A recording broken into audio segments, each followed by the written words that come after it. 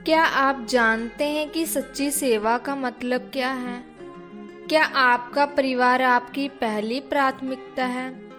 क्या आप भी दूसरों की मदद करने में इतने खो गए हो कि खुद को ही भूल गए हैं?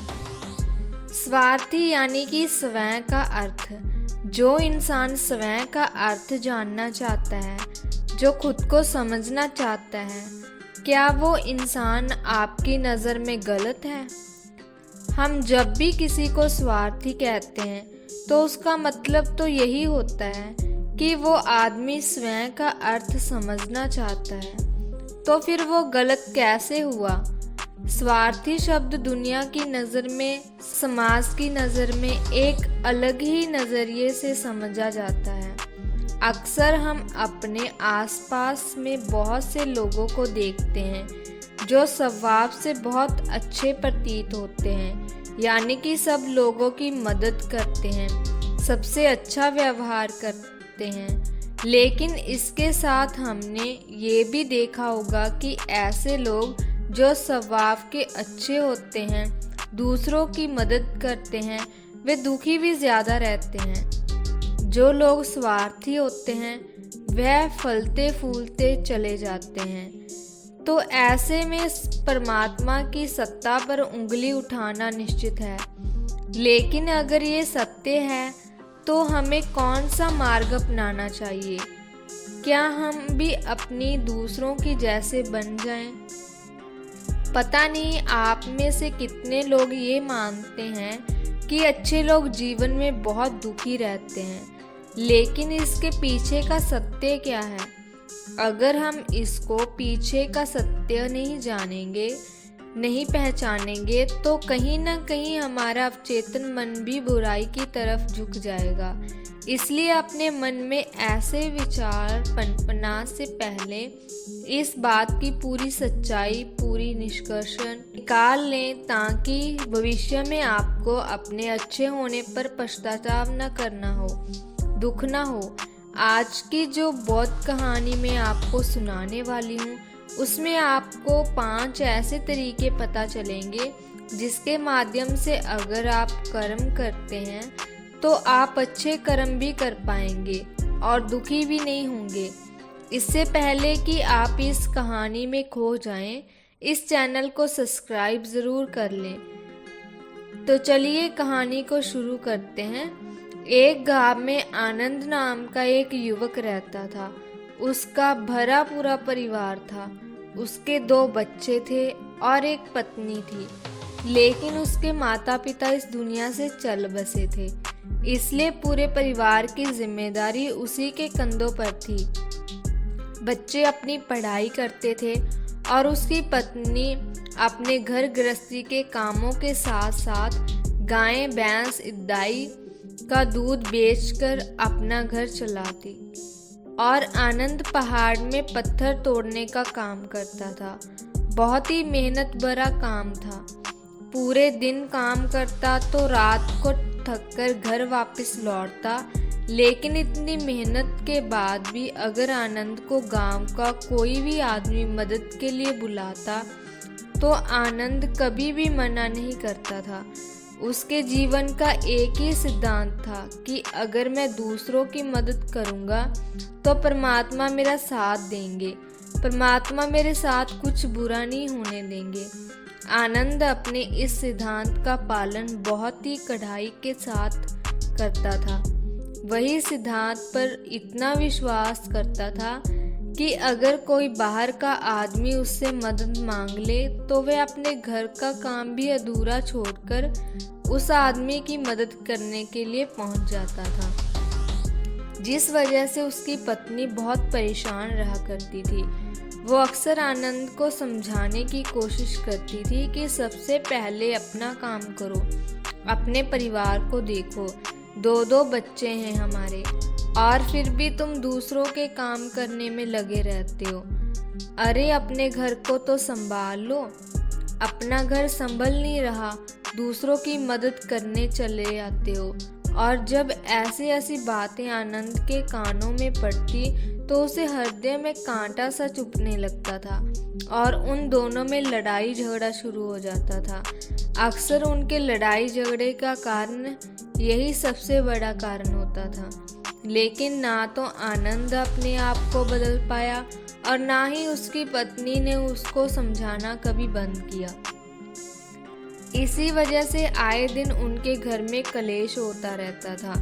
जहाँ तक उसे गांव वालों की बात थी तो वे आनंद के स्वभाव को जानते थे और वे जानबूझकर जो कम आसान काम होता था, उनके सामर्थ्य में भी होता था, उसे काम के लिए वे आनंद को बुलाते ताकि उन्हें कम मेहनत करनी पड़े। कहने का अर्थ है कि गांव वाले आनंद की इस बालमन साहब का फायदा उठाते, लाभ उठाते और सब पीछे से उसका मजाक उड़ा देते, उसे बेवकूफ़ कहते। ऐसे ही समय की तरह और एक दिन आनंद की पत्नी बहुत ज़्यादा बीमार पड़ गई। आनंद से जो कुछ भी सेवा हो सकती थी उसने वो सब अपनी पत्नी के लिए किया। उसने गांव में वैद्य को बुलाकर अपनी पत्नी की जांच करवाई, लेकिन ये रोग उसे वैद्य की पकड़ में से बाहर था। उसे वैद्य ने कहा कि तुम अपनी पत्नी को नगर में ले जाओ। तो उसने अपनी पत्नी को नगर में ले जाने के लिए सबसे मदद मांगी गांव में, लेकिन कोई भी उसकी मदद के लिए हाजिर नहीं हुआ। तो उसकी पत्नी तड़फ कर वही मर गई और आनंद बहुत दुखी हुआ। उसे लगा कि उसकी कोई भी मदद नहीं कर रहा, जबकि जब भी किसी को ज़रूरत पड़ती थी तो वो अपना काम छोड़कर उनकी मदद करने जाता था। लेकिन आज जब उसको किसी की इतनी ज़्यादा ज़रूरत थी तो कोई भी उसके साथ नहीं था। ऐसे ही कुछ समय बीत गया। आनंद की पत्नी को मरे हुए 2 महीने हो चुके थे। एक दिन एक बुढ़िया उनके घर पे आई जो 2 सूखी रोटी मांग रही थी। तो उसने अपने बच्चे को कहा रोटी देने के लिए। तो उसने अपने बच्चे को रोटी देते हुए और समझाते हुए कहा कि तुम किसकी मदद करोगे, कौन मदद का हकदार है। सबसे पहले हमारा कर्तव्य बनता है उस औरत की भूख मिटाएं। लेकिन अक्सर इंसान ऐसे नहीं सोचता।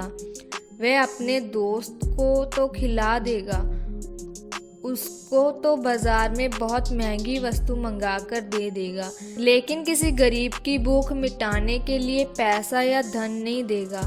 दूसरी बात जो ख्याल में रखने की है वो ये है कि सहायता करते वक्त हमारा लालच कभी भी उसके साथ नहीं जोड़ना चाहिए।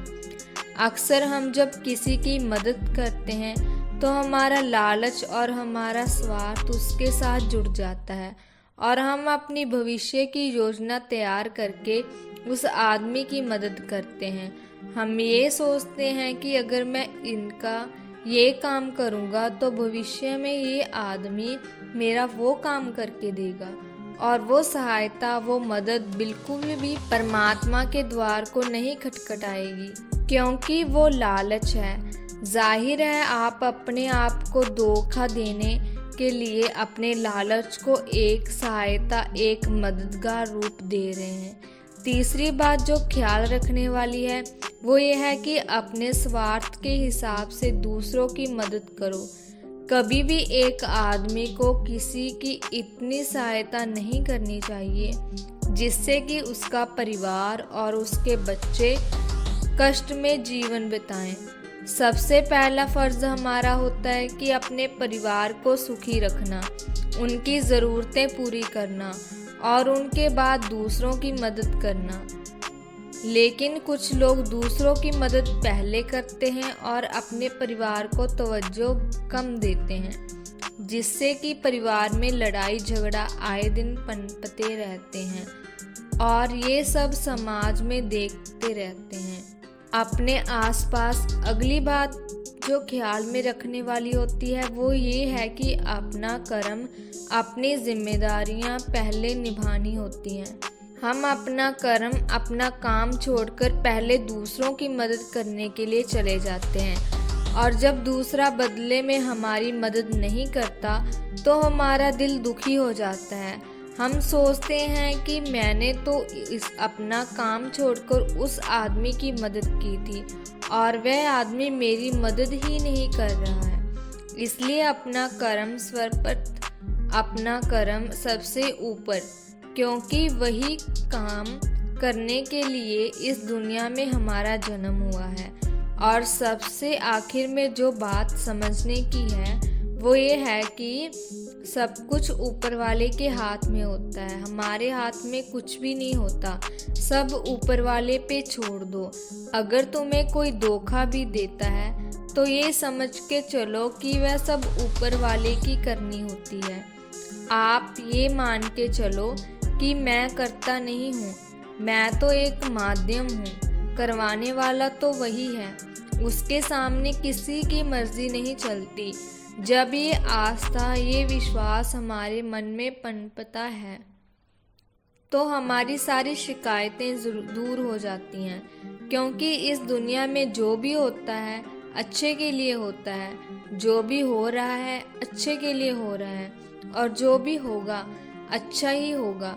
चाहे हमारी बुद्धि आज वर्तमान में इस सिद्धांत को ना समझ पाए, लेकिन जीवन में कभी ना कभी किसी ना किसी मोड़ पर आपको ज़रूर ये एहसास होगा कि जो हुआ था वो अच्छे के लिए हुआ था। इसलिए सारी शिकायतें दूर कर दो और बस अपना कर्म करते जाओ। अपने ग्रस्त जीवन को पूर्ण रूप से झेलो और उसके बाद ही सन्यासी बनो। अब आप सोच रहे होंगे कि ये सब मैं आपको क्यों बता रही हूँ। इसलिए क्योंकि आज के समय में बहुत से लोग दूसरों की मदद करने में इतने लगे रहते हैं कि खुद का जीवन ही अधूरा रह जाता है। वो दूसरों के सुख दुख में इतना ज़्यादा डूब जाते हैं कि खुद के परिवार को नज़रअंदाज कर देते हैं। आपको समझना होगा कि आपका सबसे पहला कर्तव्य है अपने परिवार की देखभाल करना, उनकी ज़रूरतों को पूरा करना, उनकी खुशियाँ देखना, और उसके बाद ही अगर आपके पास समय और संसाधन बचते हैं तो दूसरों की मदद करें। याद रखें, आपका परिवार आपका सबसे बड़ा दायित्व है। उनकी खुशी ही आपकी सच्ची खुशी है। इसलिए अपने परिवार को प्राथमिकता दें और उनके साथ समय बिताएं। अंत में याद रखें कि सच्ची सेवा वह है जो बिना किसी स्वार्थ के की जाती है। जब आप किसी की मदद करते हैं तो उसमें अपना स्वार्थ मत जोड़िए, बस निस्वार्थ भाव से सेवा कीजिए।